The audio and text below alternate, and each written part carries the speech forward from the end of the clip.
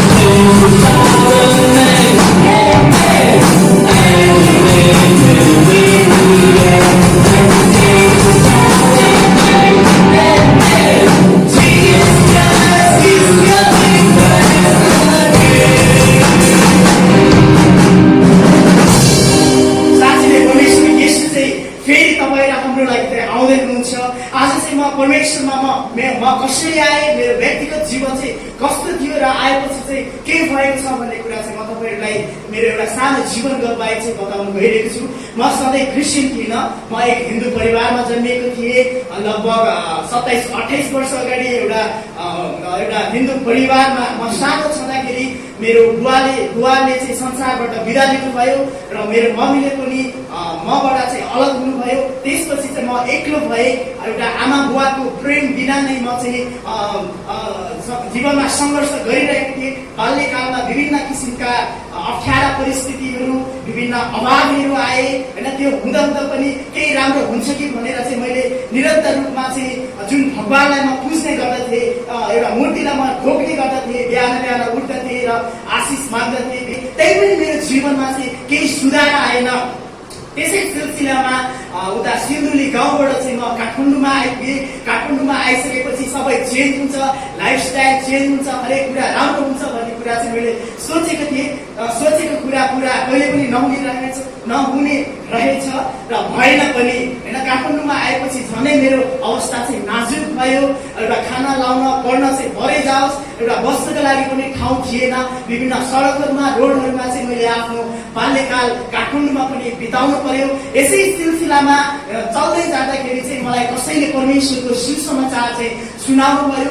सुरुमा मैले सोचेको थिएँ है यो सुसमाचार क्रिस्चियनिटी पनि एउटा धर्म मात्र हो होइन। धर्म त मैले अगाडि नै गरिसकेको छु, विभिन्न विधिहरू गरेको छु। त्यसले चाहिँ मेरो जीवनमा चाहिँ केही परिवर्तन ल्याएको छैन। त्यही अब होइन त्यो थाहा हुँदा पनि म किन धर्म मान्ने भनेर चाहिँ मैले सोचेँ र मैले परमेश्वरलाई सुसमाचारलाई चाहिँ इन्कार गरेँ। त्यही पनि बारम्बार परमेश्वरको शब्दहरू र परमेश्वरको सुसमाचार चाहिँ मैले सुन्दाखेरि चाहिँ होइन यता कता परमेश्वर र क्रिस्चियनिटी भनेको चाहिँ एउटा धर्म नभएर एउटा परमेश्वरसँगको रिलेसनसिप रहेछ भन्ने कुरा मैले बुझेँ होइन। सबैभन्दा महत्त्वपूर्ण कुरा चाहिँ परमेश्वर येशू ख्रीष्टले मेरो पापको लागि त्यो कलवरी डाँडाको क्रुसमा टाँगिनु भएको रहेछ। उहाँ क्रुसमा टाँगेर आफ्नो रगतद्वारा चाहिँ मेरा सम्पूर्ण पापहरूलाई चाहिँ धोइ पखालिकन मलाई चाहिँ पवित्र बनाउनु भएको रहेछ भन्ने कुरा मैले बुझेँ। मैले त्योभन्दा अगाडि सोच्ने गर्थेँ, मैले धेरै नराम्रो कामहरू गरेको थिएँ, म कुलतमा फँसेको थिएँ। के परमेश्वरले मलाई स्वीकार गर्नुहुन्छ त भन्ने कुराले चाहिँ मलाई डाउट थियो। तैपनि परमेश्वर चाहिँ धर्मीहरूको लागि होइन तर पापीहरूको लागि आउनु भएको रहेछ भन्ने कुरा जब मैले महसुस गरेँ र बुझेँ र उहाँलाई मेरो हृदयमा चाहिँ मैले स्वीकार गरेँ र एउटा आमा बुवाले दिने माया प्रेम चाहिँ परमेश्वर येशूले चाहिँ मलाई दिनुभयो। र विभिन्न कुलतमा विभिन्न खराब सङ्गतहरूमा लागेको थिएँ। बिस्तारै मैले चाहिँ ती कुराहरू मैले छोड्दै गरेँ। परमेश्वरको वचनमा चर्चमा आएर अझै धेरै असल कुराहरू परमेश्वरको योजनामा चाहिँ म हिँड्नको निम्ति चाहिँ उहाँले मलाई पुर्याउनु भयो र म परमेश्वरलाई धेरै धन्यवाद दिँदछु होइन। जीवनमा केही पनि समस्याहरू, आपत्तिहरू र अप्ठ्यारा परिस्थितिहरू आउँदैन भनेर म भन्न चाहदिनँ। क्रिस्चियन भए तापनि ती अप्ठ्यारा कुराहरू आउँदछ, तर हाम्रो परमेश्वरले चाहिँ होइन कसरी अगाडि बढ्ने, कसरी आफ्नो जीवनलाई चाहिँ राम्रो बनाउने भन्ने कुरा चाहिँ उहाँले बाइबलले शब्दहरूद्वारा मलाई सिकाउनु भयो र मैले आज बुझेको छु एउटा चर्च, एउटा क्रिस्चियनिटी परमेश्वर चाहिँ उहाँसँगको एउटा सम्बन्ध, साँचो सम्बन्ध रहेछ भन्ने कुरा आज मैले बुझेको छु। म लगायत मेरो परिवारमा चाहिँ आर्थिक अवस्थादेखि लिएर एउटा मेलमिलापको कुराहरूदेखि लिएर सबै परमेश्वरले चाहिँ राम्रो बनाइदिनु भएको छ। मेरो जीवनमा चाहिँ उहाँले धेरै कामहरू गर्नुभएको छ। त्यही भएर म चाहिँ सम्पूर्ण मेरो चर्चको मण्डलीको दाजुभाइ दिदीबहिनी लगायत एकमात्र परमेश्वर येशूलाई म सधैँ आभार र धन्यवाद दिँदछु किनकि उहाँले मलाई चुन्नुभयो। परमेश्वरलाई सधैँ धन्यवाद दिँदछु। Thank you. अर्को गीत रहेको छ जुन नाममा छ जिन्दगी, येशूको त्यो नाम। के तपाईँहरू आफ्नो साथमा हुनुहुन्छ?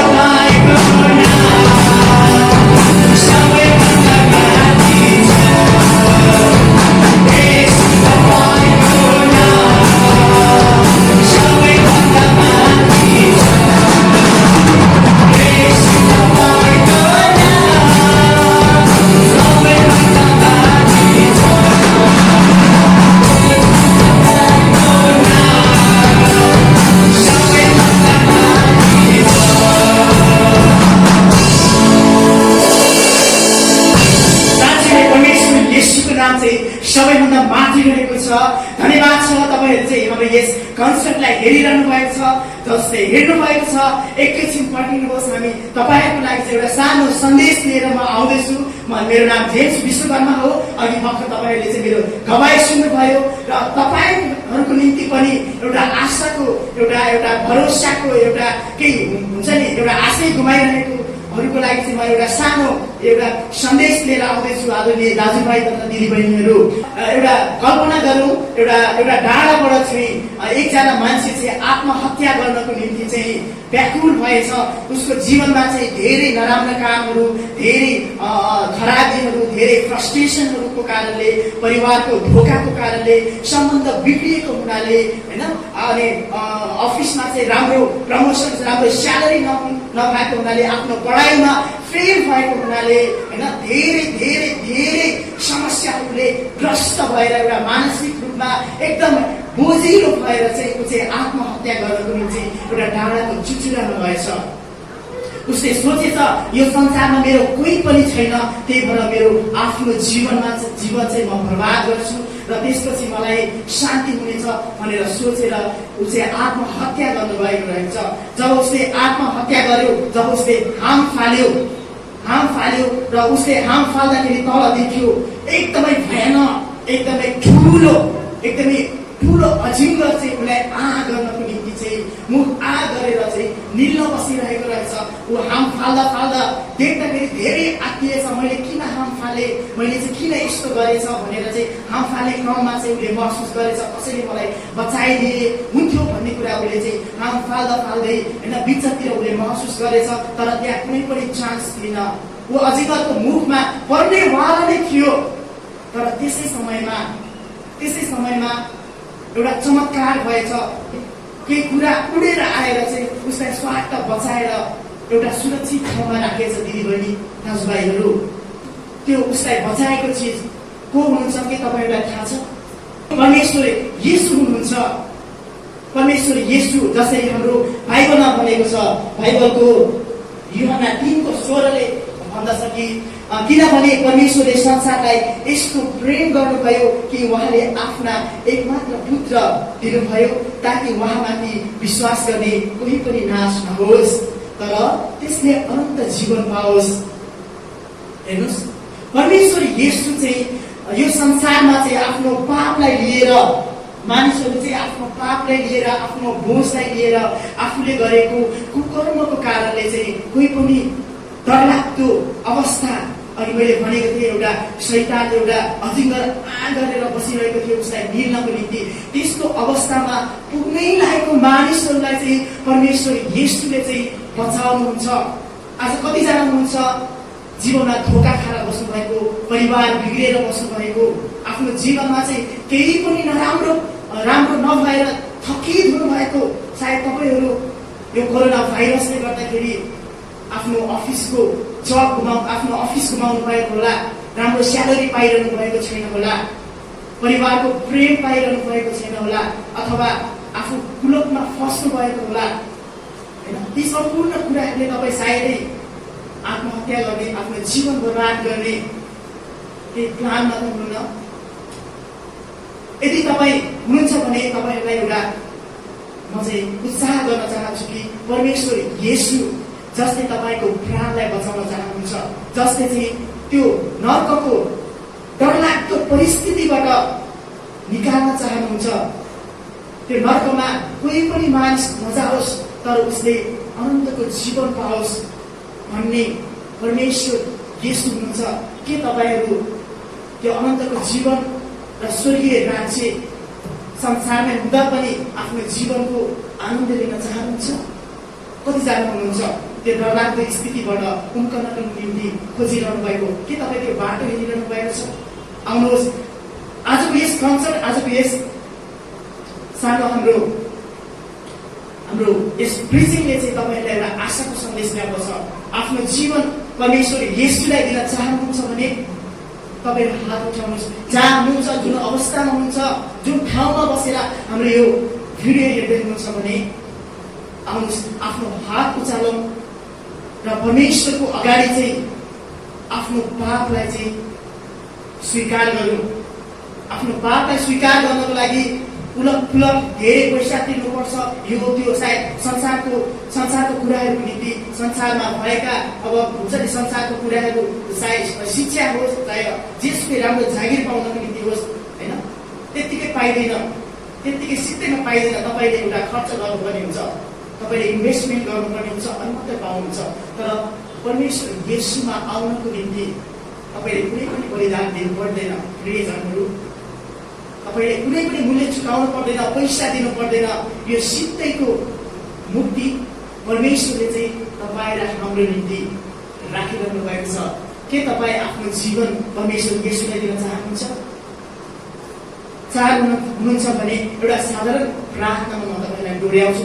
जहाँ जुन ठाउँमा हुनुहुन्छ, जुन परिस्थितिमा हुनुहुन्छ, आफ्नो आँखा बन्द गर्नुहोस् र परमेश्वर येशूलाई चाहिँ आफ्नो हृदयमा निम्त्याउनको निम्ति चाहिँ एउटा सानो प्रार्थना गर्नुहोस्। भन्नुहोस्, प्रभु येशू धन्यवाद छ यस समयको निम्ति। प्रभु म पापी रहेको छु, मैले जीवनमा धेरै नराम्रो कामहरू गरिरहेको छु, जुन नराम्रो कामले आज म पछुताएको छु प्रभु। तर प्रभु मलाई माफ गरिदिनुहोस्, मलाई क्षमा दिनुहोस्, मेरो पापबाट मलाई मुक्त गराउनुहोस्। प्रभु मेरो पाप म स्वीकार गर्दछु। विगतका दिनहरूमा मैले नराम्रो गरेँ, आफैलाई मार्ने किसिमका मैले नराम्रो कार्य गरेँ। म क्षमा माग्दछु। तपाईँ प्रिय येशू मेरो हृदयमा आउनुहोस्। तपाईँ येशू त्यो कल्भरी ढाडको क्रुसमा मेरो पापको लागि मर्नुभयो, आफ्नो रगत बगाउनु भयो। प्रभु मलाई चिन्नुहोस्। धन्यवाद दिदछु। मेरो सम्पूर्ण जीवन तपाईँमा राख्दछु प्रभु। म आजबाट तपाईँको छोरा अनि छोरी हुँदछु। आमेन। धन्यवाद छ तपाईँहरू सम्पूर्णलाई जसले हाम्रो यस गीतहरू टेस्टोमनी र एउटा सानो सन्देश पनि दिनुभयो। परमेश्वर येशूले चाहिँ तपाईँहरूलाई आशिष दिउन्। तपाईँको नजिक कुनै चर्चहरू छ अथवा कहीँ कतैबाट तपाईँले बाइबल भेटाउनुहुन्छ भने पढ्नुहोस् र अझै धेरै बाइबलीय सन्देश र परमेश्वरको आशिषहरूको चाहिँ तपाईँले अनुभव गर्नुहुनेछ। धन्यवाद छ तपाईँलाई।